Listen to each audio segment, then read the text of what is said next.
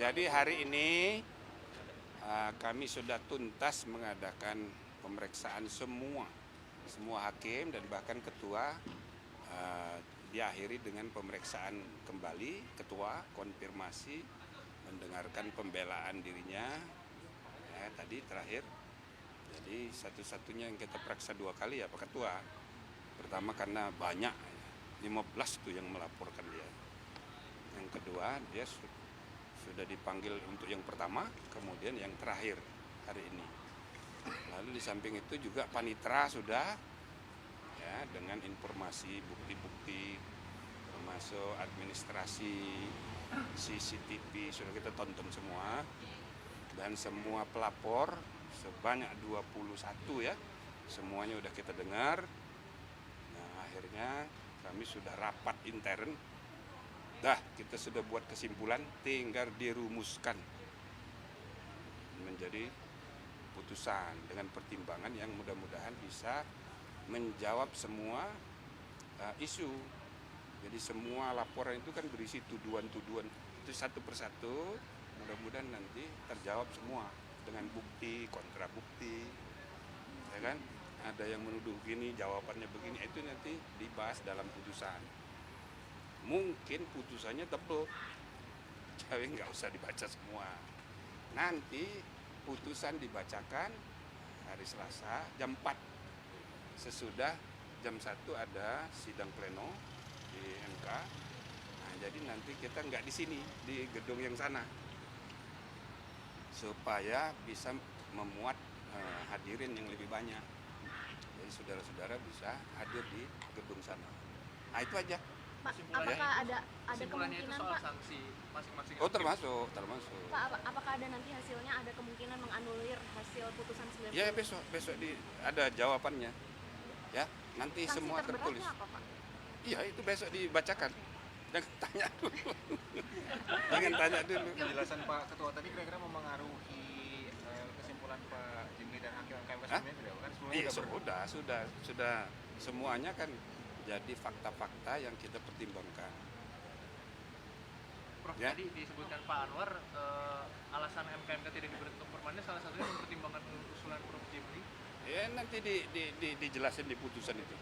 Kenapa begini? Kan ada tuduhan dari Ziko dan kawan-kawan ini sengaja dilambat-lambatin. Nah, ada jawabannya, nggak usah diungkapkan di sini. Ya. Soal dugaan Kadang-kadang ada soal-soal yang tidak terlalu misalnya soal yang ada permohonan yang belum diteken, yang sudah dikonfirmasi betul belum diteken karena melalui online.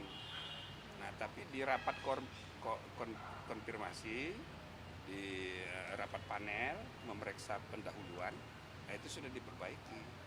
Jadi ada jawabnya. Jadi tuduhan di luar di TikTok segala macam ya kan boleh aja, tapi ada jawabannya. Nah nanti nggak bisa saya ungkapkan, itu nanti di putusan.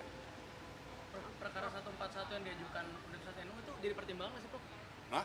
Perkara 141 yang diajukan Ya bisa kita sebut, dipertimbangkan juga berarti? bisa. Ya kan saya sudah puji, bagus itu, bagus. Dan itu jadi kalau bahasa Inggrisnya, kalau udah diputus itu bisa jadi landmark. Kalau bahasa Inggris itu leading case. Kenapa?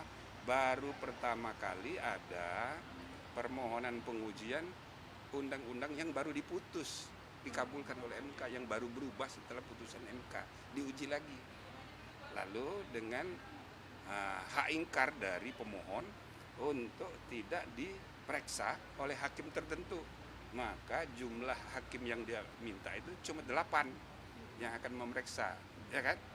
Nah, kan eksplisit disebut kemarin itu Anwar Usman tidak boleh ikut. Jadi komposisinya 8, berubah itu. Bisa saja putusan MK yang akan datang memutus pengujian undang-undang pasca putusan MK itu bisa berubah. Artinya berarti putusan MK hanya terkait etiknya aja, jadi soal materi. Besok ada penjelasannya. Jadi soal materinya di uji formil itu?